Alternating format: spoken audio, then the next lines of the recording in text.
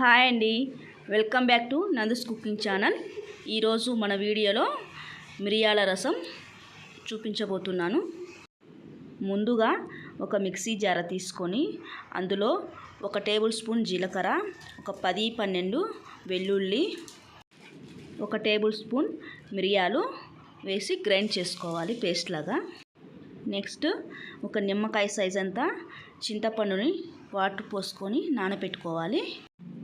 Next grind చేసుకున్న తర్వాత చింతపండును కలుపుతూ చింతపండును గుజ్జును వేరు చేసుకోవాలి. మెత్తగా కలుపుకుంటూ వచ్చేంత వరకు వేరు చేసుకోవాలి.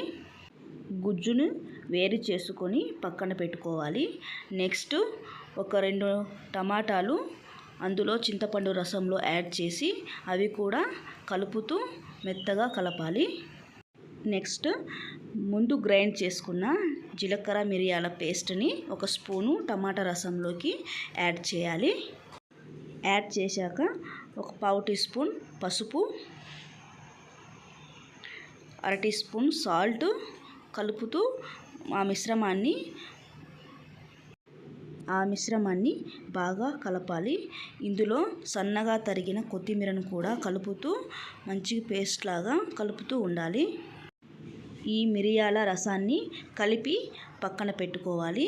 నెక్స్ట్ ఒక కడాయిలో ఆయిల్ పోసి మనం ముందుగా పేస్ట్ చేసుకున్న జీలకర్ర వెల్లుల్లి పేస్ట్ని అందులో యాడ్ చేయాలి. తర్వాత మనం కలుపుకున్న టమాటా రసాన్ని అందులోకి యాడ్ చేసి బాగా మరగనివ్వాలి. నెక్స్ట్ రసం పౌడర్ని 1 టేబుల్ స్పూన్ దాకా వేయాలి. ఈ మిరియాల రసం ఎంతో టేస్టీగా ఉంటుంది.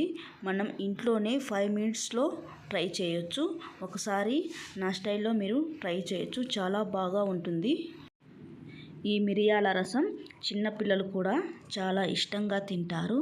జ్వరం వచ్చినప్పుడు, జలుబు లేసినప్పుడు అవి ఎంతో రుచికరంగా ఉంటుంది. ఇది చాలా ఉపయోగకరంగా కూడా ఉంటుంది. ఒక్కసారి ట్రై చేయండి, చాలా బాగుంటుంది.